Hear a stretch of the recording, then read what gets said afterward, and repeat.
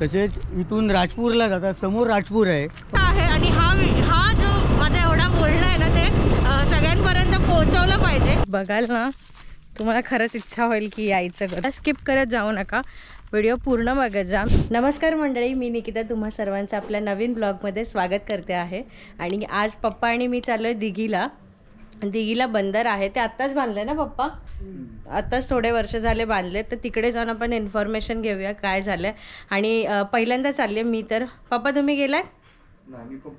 आम्ही पहिल्यांदा चाललो आहे. सो चला तुम्हाला पण घेऊन जातो. तिथे पण फिरायसारखं भरपूर काय काय आहे. सो जाऊया चला. आता आपण ना मेंदडीला पोचलो आहे आणि आपल्याला दिघीला पोचायला अर्धा तास लागेल. 17 किलोमीटर आपल्या गावातून दाखवत आहे. हे मेंदडीचं गाव सुरू झालं आहे इकडे दोन्ही बाजूला.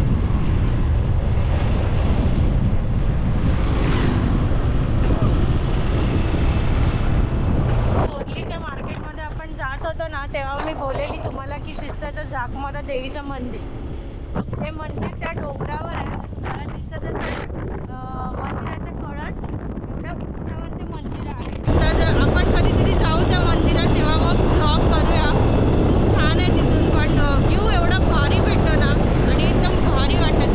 नक्कीच जाऊया. आता आपण पोहोचलो वडवळ फाट्याला. आपल्याला जर दिव्यागरला जायचं किंवा बोरलीला जायचं तर आपण लेफ्ट घेतो आणि दिघीला जायचं आपण राईट घेतो. आणि हा जो रोड आहे ना जो मक्खनसारखा चालतो तो दिघीसाठीच केलेला आहे. मानगाव ते दिघीपर्यंत सगळा कॉन्क्रीट रोड केलेला आहे. कारण का इथून मग पप्पा एक्सपोर्टचे वगैरे ट्रक वगैरे जातात ना, एक्सपोर्टचे ट्रक वगैरे जातात. कारण का दिघीला आता बंदर झालं आहे, मग तिथून एक्सपोर्ट वगैरे होत असते. तर रस्ता त्यासाठीच केलेला आहे. आणि या रस्त्यावर मी पहिल्यांदा आलेली आहे. पहिल्यांदा म्हणजे पहिला आम्ही आलो आहे वेळास्ता वगैरे जायला आलो आहे, पण दिघीला पहिल्यांदा चाललो आहे. आणि वेळास्ता पण आपण जाऊया, पण येताना जाऊया वेळासला.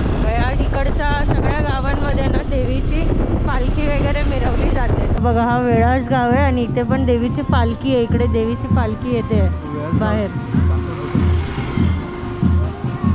या बाजूला पण आहे ना, या दोन्ही साईडला वेळास गाव आहे. आणि इथे पण प्रोग्राम बघा काय काय आहेत. योगेश आग्रावकर आणि अमोल जाधव जो आहे ते येणार आहे तिथे. खरसायला आणि शिस्त्याला म्हणजे मला एवढं 2 पालख्यांचं माहिती आहे. धुलवड म्हणजे धुलवडच्या दिवशी त्यांची पालखी असते देवीची. इकडे आज आहे. आणि हा रस्ता जसा एकदम मक्खनसारखा आहे ना एवढा भारी. बापरे, इथे बघा आंबे बघा किती लागलेत झाडाला. कलमी आंबे आहेत ना, हापूस आहे पूर्ण कलमी आंबे. एक लागला आंबा बघा. आणि कलम आहे वाटतं त्यांचा हातमध्ये पूर्ण. कसला धरलाय आंबा. हा रस्ता ना एकदम मक्खनसारखा आहे. मानगाव पासून जो रस्ता लागतो ना तो एकदम भारी रस्ता आहे. म्हणजे काही प्रॉब्लेम नाही तुम्ही गाडी चालवताना. पण असाच रस्ता जर मुंबई गोवा मार्ग आहे जिथून आम्ही गावी येतो तो रस्ता झाला तर खूप बरं होईल. कारण का म्हणजे माझी अशी इच्छा आहे. आणि हा जो माझा एवढा बोलणं आहे ना ते सगळ्यांपर्यंत पोहोचवलं पाहिजे. कारण का त्या रस्त्यातून येताना ना खरंच हालत बेकार होते, पाठीची वाट लागते आणि म्हातारे लोक असतात. आता आईला मी घेऊन आली, लास्टच्या सीटवर होतो. नशीब ती गाडी थोडी चांगली होती म्हणून काय वाटलं नाही आपल्याला. आणि बघा इथे रस्त्याचं काम अजून चाललं आहे. पण मी तेच बोलते की सेम तसाच रस्ता केला पाहिजे. कारण का खूप हालत बेकार होतात. बाईकचे आहेत ना बरेच ॲक्सिडेंट पण होतात तिथे. कारण का खड्डे एवढे मोठे मोठे आहेत ना. मध्ये आम्ही एकदा आलेलो, मध्ये गावी आलेलो पावसाळ्यानंतर. तो मी ब्लॉग नाही केलेला तेव्हा. पण तेव्हा ना पाऊस पडत होता आणि आम्ही STमध्ये बसलेलो. आम्हाला लास्ट सीट भेटलेली आणि एवढ्या मोठ्या खड्ड्यामध्ये गाडी गेली ना काळोखामध्ये. तर आम्ही अक्षरशः वर एवढे उडालेलो ना, माझ्या पाठीत एवढी कळ झाली. मम्मीची बॅग पण व्हायला लागलेली तिथपासून. सो असं वाटतं की रस्ते आपल्या इकडचे ना चांगले व्हावे. कारण का लोकांची हालत खूप बेकार होते. कोकणात जाणाऱ्या लोकांना खूप त्रास होतो त्याचा. रेल्वेने जातात ठीक आहे, पण इथून बाय रोड जातात ना त्यांची खूप हालत होते. तर त्या रस्त्याचं पण काम लवकरात लवकर केलं पाहिजे. म्हणून हा व्हिडिओ जो आहे ना तो जास्तीत जास्त लोकांपर्यंत पोहोचू द्या. म्हणजे ज्यांच्यापर्यंत पोहोचतात त्यांच्यापर्यंत तरी पोहोचेल. इकडून व्ह्यू बघा कसला भारी दिसतो. इथे उंच डोंगर हिरवेगार आणि तिकडे आपल्याला समुद्र दिसतोय. सो आपण पोहोचतोच आहे, म्हणजे 10 मिनिटात आपण पोहोचू तिथे. कसला भारी वाटतंय, समुद्र आहे इकडे.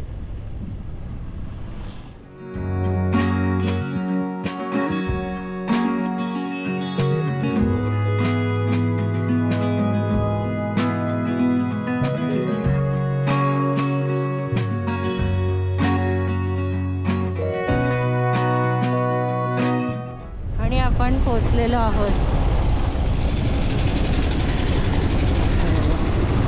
ते मच्छीवाल्या पण दिसत आहेत. आणि हे बघा, इथून आपण आलो ना तर ह्या बाजूला गाडी जाते, पण इथून आतमध्ये जायचं आहे. थँक्यू. आणि बघा मच्छी, बघा लॉबस्टर, बघा कुप्पा, लॉबस्टर, बांगडे.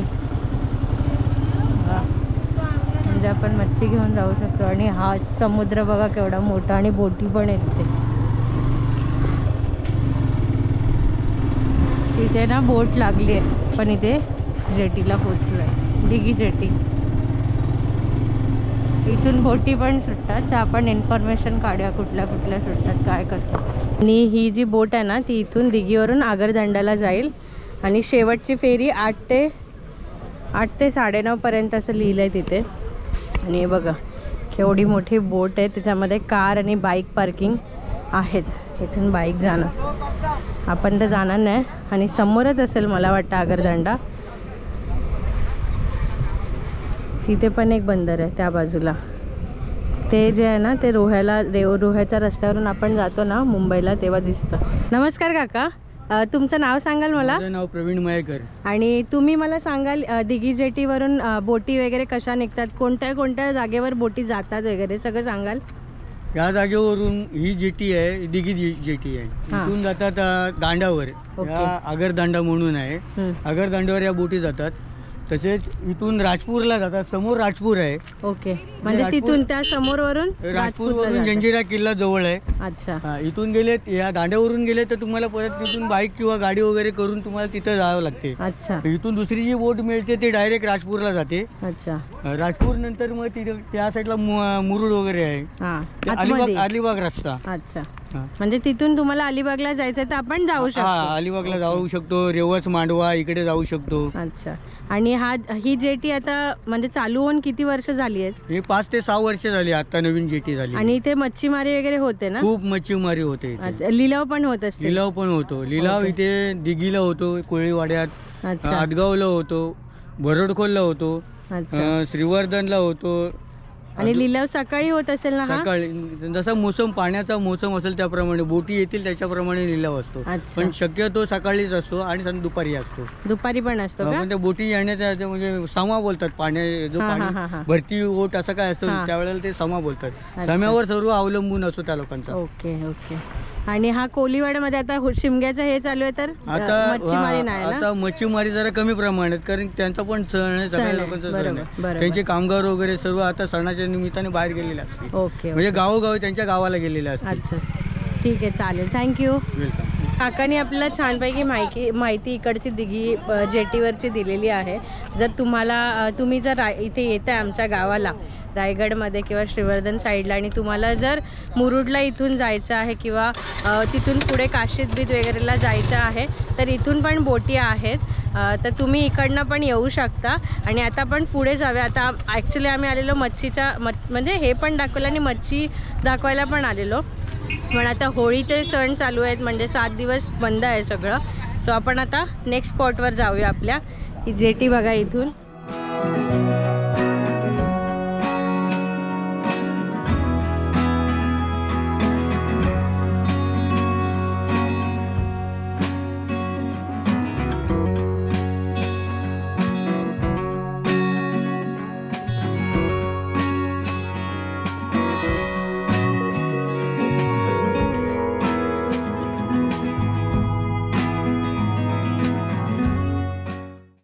ही बोट बघा आता सरळ जाईल त्या बाजूला, आणि आपण जाऊया. ही लहान मुलगी, मजा येते तिला. आणि हा एवढा मोठा समुद्र बघून किती भारी वाटतं ना, पूर्ण समुद्र. तर येताना आम्ही जे आहे ते वडवळ फाट्यावरून आलेलो आणि आता आपण चाललो आहे, त्या काकांनी आम्हाला रस्ता इथून सांगितला, आतगाववरून चाललो आहे, आतगाव रोडनी चाललो आहे आपण. इथून डायरेक्ट आपण वेळासला बाहेर पडू. हे जे खाली दिसतंय ना, इथे पण बंदर आहे, तिथे पण अजून काम चालू आहे पुढे. म्हणजे तुम्हाला जर या बंदरावर जायचं असेल तर सरळ रस्ता आहे तो, आणि आम्ही जो आहे तो वर आलो आहे. म्हणजे तिथूनच एक फाटा फुटतो, तिथून वर आलो या रस्त्याला. तर तुम्हाला आणि इकडे ते काका बोलले की एक्सपोर्टचं काम थोडंफार होतं, अजून पूर्णपणे चालू नाही झालं आहे. तो म्हणजे रस्ता अजून एवढा, म्हणजे मध्ये मध्ये पॅचेस आहेत रस्त्याचं काम करायचं, पण एक्सपोर्टचं काम बऱ्यापैकी चालू झालेलं आहे. आणि इथून आहे ना पूर्ण भारी व्ह्यू दिसतोय बघा.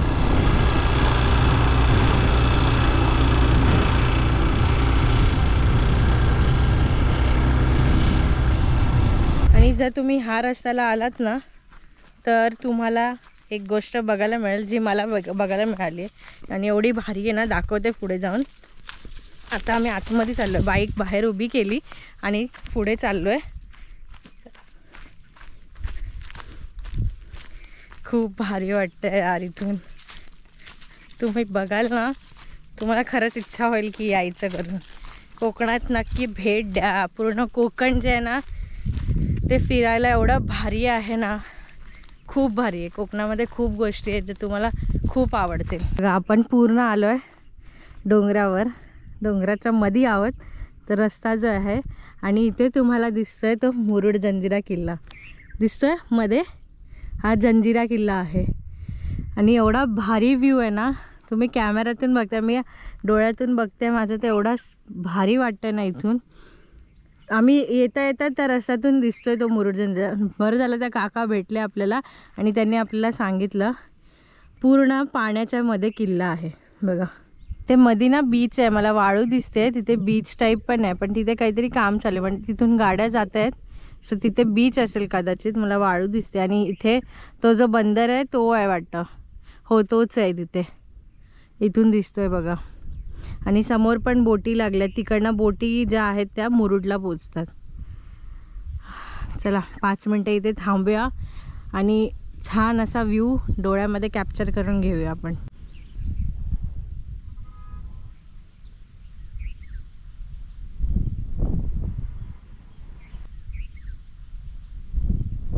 एवढा भारी व्ह्यू आहे ना, एवढा भारी व्ह्यू आहे ना, काय सांगू तुम्हाला. फोटो घेऊन या, पप्पा सेल्फी घेते तिथे. चला इथून निघूया. आणि हा जर ब्लॉग मोठा होत असला तर मी वेळाचा जो आहे तो वेगळा पार्ट करेन, कारण का खूप मोठे व्हिडिओ झाले, मग तुम्ही स्किप करता व्हिडिओला. म्हणून त्या व्हिडिओला स्किप करत जाऊ नका, व्हिडिओ पूर्ण बघत जा. मी मोठे व्हिडिओ का टाकते, कारण का आता जे गावचे व्हिडिओ होते त्याच्यामध्ये मी एक एक काय दाखवू शकत नव्हती ना, जो पूर्ण ब्लॉग आहे तो दाखवला. तर जर तो व्हिडिओ दुसरा पार्ट येईल त्याचा वेळासचा.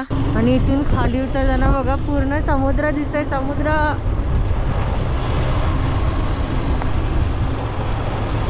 हा हा व्ह्यू बघा, व्ह्यू बघा कसला भारी आहे. समुद्राच्या लाटा येत आहेत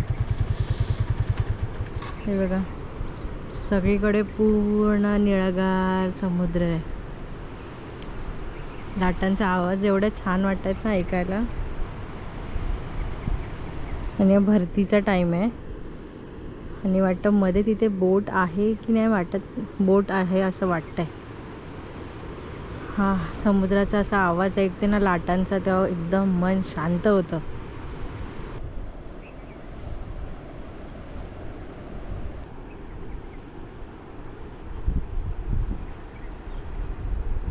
फर्स्ट टाइम डोंगराच्या कडेवर असा उभं राहून खाली समुद्राचा व्ह्यू बघतोय. पप्पा काय वाटतंय? खूप छान वाटतंय, शांत वाटतंय ना मन.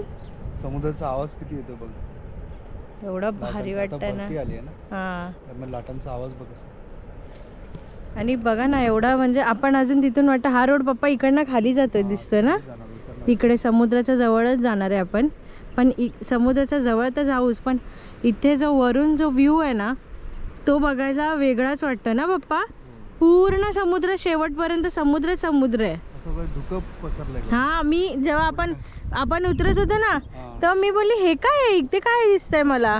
मला पहिला कळलंच नाही, कारण का पूर्ण धुक्क मी बोलली एवढी मोठी जमीन कसली काय, कारण का मी गॉगल घातलेले. नंतर जेव्हा काढलं आणि बघितलं ना, बापरे, मन एवढं भारी वाटलं ना मनाला. एकदम पीसफुल वातावरण आहे इथे. असं वाटतं इथेच बसून राहावं. इथे पप्पा सनसेट किती भारी वाटेल ना संध्याकाळच्या टायमाला, इथे बसून सनसेट बघायचं. खरंच असं वाटेल स्वर्गात गेल्यासारखं.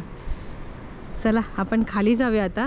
हा व्ह्यू खूपच भारी वाटतो. मला तर मन नाही करत इकडनं निघायचं, पण जाऊया. तुम्ही हा दिघी साईडला येत आहे तर तुम्ही हा गाव आहे नानवली, त्याच्या पुढचा हा व्ह्यू आहे. तर तुम्ही कधी येत आहे कोकण दर्शनसाठी किंवा फिरण्यासाठी तर नक्की या.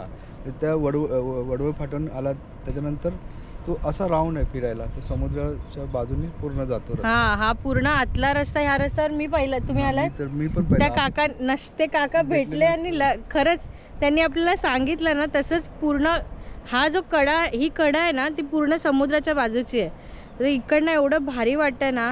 म्हणजे तिकडनं पप्पा श्रीवर्धन साईडला जातो ना रस्ता, आणि हा एकच मिळत असेल ना, हे दोन्ही रस्ते तिकडेच मिळत असतील.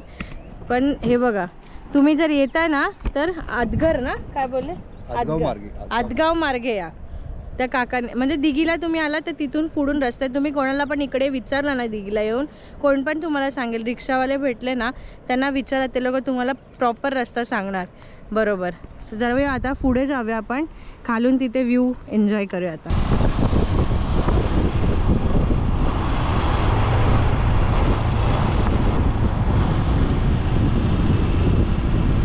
फायनली वरून आम्ही खाली उतरलो. 5 मिनटं लागली कडेवरून खाली यायला. आणि तुम्हाला समुद्राच्या लाटांचा आवाज येतच असेल. तुम्हाला दाखवते मी, थांबा जरा पुढे जाते मी आधी उतरून. आणि इथे कोणीच नाही आहे, म्हणजे 1-2 माणसं दिसली आम्हाला, पण बीच भरलेला नाही आहे. एवढी शांतता आहे ना बीचवर, अशी शांतता पाहिजे. खूप भारी वाटतं. मला तर इकडनं जायचं मनच नाही करणार आता. हे बघा, वाव, पूर्ण बीच आहे बघा.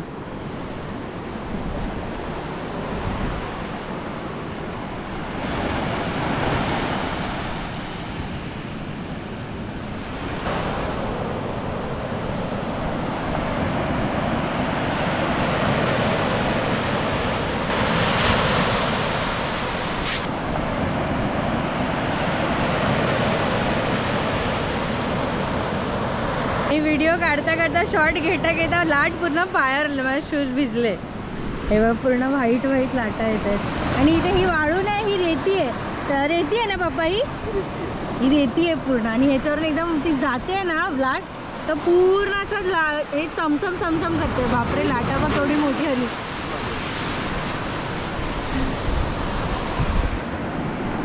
आणि एकदम निखळ पाणी आहे ना पप्पा, असं पाण्यात घाण नाही किंवा काळं पाणी नाही दिसत आहे. पूर्ण निखळ आहे. कारण का इथे अजूनपर्यंत गर्दी नाही, बरोबर ना. हे बघा कसलं भारी वाटत. असं वाटते ना की पिक्चरमध्ये बघते मी या लाटा. खरंच कोकणामध्ये नक्की या, आमच्या गावाला पण व्हिजिट करा.